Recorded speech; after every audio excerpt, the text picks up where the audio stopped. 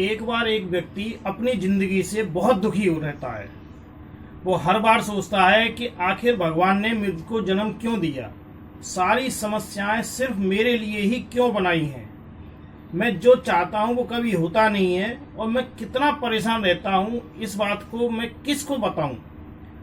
अब वो इतना बहुत परेशान रहता है और धीरे धीरे करके वो डिप्रेशन में जाता है। लेकिन वो एक नदी के सहारे बैठा होता है और वहां पर एक पेड़ के ऊपर एक बाज उड़ता हुआ आता है और उस बाज ने अपने पंजों में अपना शिकार दबाए हुए है और वो पेड़ पर जब बैठता है और आराम से उस शिकार को खा लेता है। अब उस व्यक्ति के मन में विचार आता है कि मुझसे अच्छा तो ये बाज है, जब चाहे तब उड़ लिया, जहां चाहे वहां चला गया और इसको जो है जब इच्छा करती है तब ये कोई शिकार पकड़ के अपना भोजन कर लेता है और पेट भर लेता है। इसको न परिवार की चिंता है, न अपनी चिंता है, न कपड़ों की चिंता है, इसको किसी भी चीज की चिंता नहीं है। और एक मैं हूं कि मुझे सिर्फ चिंता ही चिंता है। वो वहां खड़े होकर के बहुत जोर जोर से आसमान की तरफ सिर करके चिल्लाने लगा कि काश कि मैं एक बाज होता। इतने में आसमान में बिजली कौंधती है, बड़ी कड़कड़ाहट पैदा होती है, चमक पैदा होती है और आसमान से एक आकाशवाणी होती है कि हे मनुष्य, जो तू कह रहा है, क्या तू वास्तव में मनुष्य जीवन से दुखी है। वो बड़ा आश्चर्य में पड़ जाता है और वो देखता है कि ये आकाशवाणी हो रही है। तब वो कहता है कि हाँ, मैं अपने जीवन से बहुत दुखी हूं। तब आकाशवाणी उससे कहती है कि मैंने तो तुझको इतना अच्छा मनुष्य जीवन दिया है, लेकिन तू अगर इससे दुखी है तो मैं तुझको बाज बना सकता हूं। वो व्यक्ति बड़ा खुश होता है और वो कहता है कि अगर ऐसा हो सकता है कि तुम मुझे बाज बना सकते हो तो प्लीज आप मुझे बाज बना दीजिए, मैं इस जीवन में दुखी हूं। तब आकाशवाणी से आवाज आती है कि देखो, मैं तुमको एक बार बाज तो बना सकती हूं, लेकिन अगर जरूरत पड़ी तो दोबारा मैं तुमको मनुष्य जीवन में नहीं ला सकती, सोच लो। अब वो व्यक्ति कहता है कि मैंने बहुत अच्छी तरीके से सोच लिया, आप मुझको बाज बना दीजिए। आकाशवाणी से आवाज आती है कि ठीक है, जैसा तुम चाहते हो, आज के बाद तुम बाज बन जाओगे। और ऐसा कहते ही वह व्यक्ति बाज बन जाता है।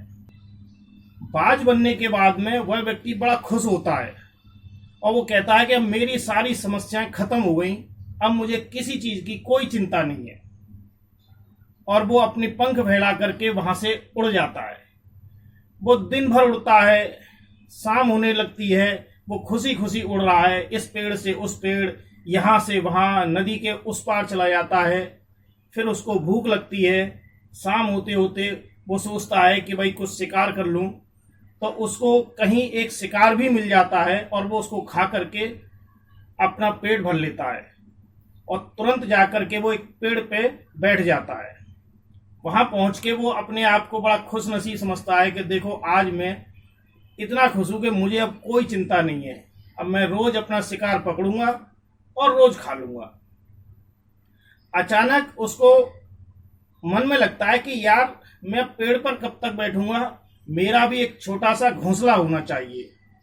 तो वह नीचे उतर के कुछ लकड़ी तिनके इकट्ठे करता है और पेड़ पर एक एक करके रखता है और बहुत ही जल्दी वो एक अपने लिए अच्छा सा घोंसला तैयार कर लेता है।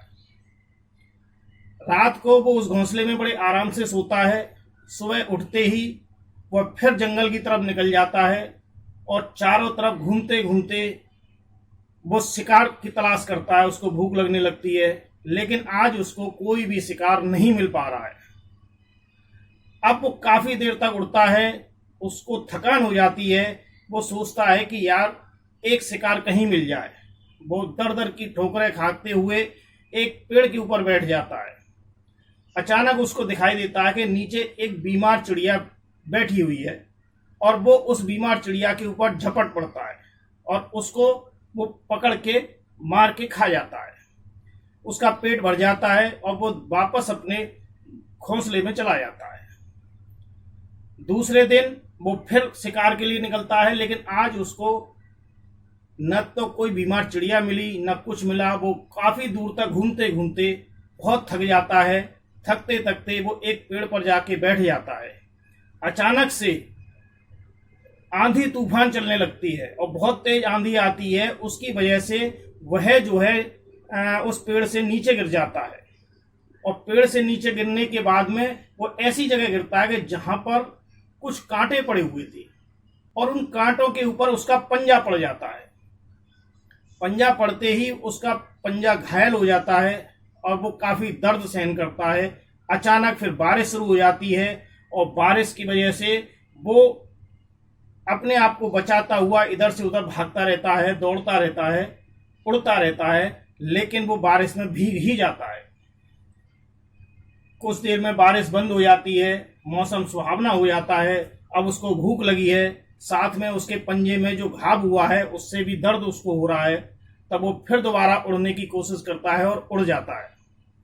अब वो शिकार ढूंढ रहा है लेकिन उसको कोई शिकार नहीं मिल रहा, क्योंकि एक शिकार उसको मिलता है तो वो उसकी तरफ झपटता है तो पंजे में चूंकि खून निकल रहा है, घायल हो रहा है और बाज जो है बगैर पंजे के कोई भी शिकार नहीं पकड़ सकता।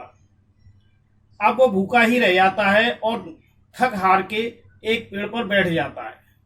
अब वहां 8-10 कौवे उसको देख करके उसके ऊपर झपट पड़ते हैं और उसको डराते हैं और उसको परेशान करते हैं। अब बाज उन कौवों से छुटकारा पाने के लिए कभी इस पेड़ कभी उस पेड़ भागता है, लेकिन वो कौवे उसका पीछा नहीं छोड़ते हैं।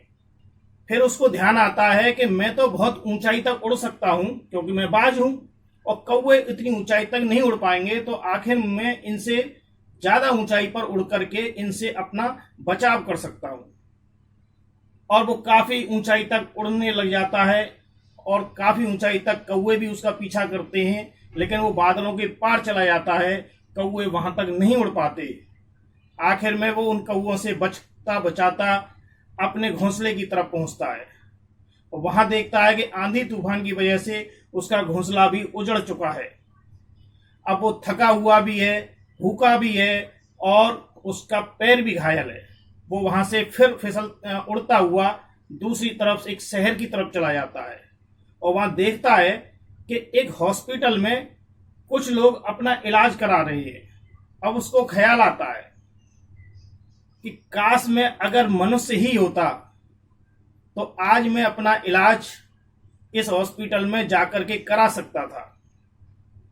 मैं भूखा हूं तो मैं किसी से मांग करके भी खाना खा सकता था। मैं अपने मन की व्यथा किसी को बता सकता था, लेकिन चूंकि मैं आज बाज हूं तो न मैं अपना इलाज इस हॉस्पिटल में करा सकता हूं, न मैं किसी से ये कह सकता हूं कि मैं भूखा हूं। मैं अपने मन की व्यथा किसी को नहीं बता सकता हूं। अब वो बड़ा उदास हो जाता है और सोचते सोचते वो वहीं पर दम तोड़ देता है और मर जाता है। तो दोस्तों, हमको इस छोटी सी कहानी से यही सीख मिलती है कि ईश्वर ने हमको जिस रूप में बनाया है, जिस तरीके से बनाया है, जिस कार्य के लिए बनाया है, हमें उसी में हमेशा खुश रहना चाहिए। हमें कभी भी यह नहीं सोचना चाहिए कि फलां बहुत सुखी है और मैं सुखी नहीं हूं। हमें आगे बढ़ने के लिए कोशिश करनी चाहिए, प्रयास करना चाहिए, लेकिन हमको कभी भी ऐसा नहीं सोचना चाहिए कि यदि मैं ऐसा होता तो मैं अच्छा होता। ईश्वर ने हम सबको समान भाव से बनाया है और हमें आगे बढ़ने के लिए अपने मेहनत पर ही भरोसा करना पड़ेगा। नमस्कार।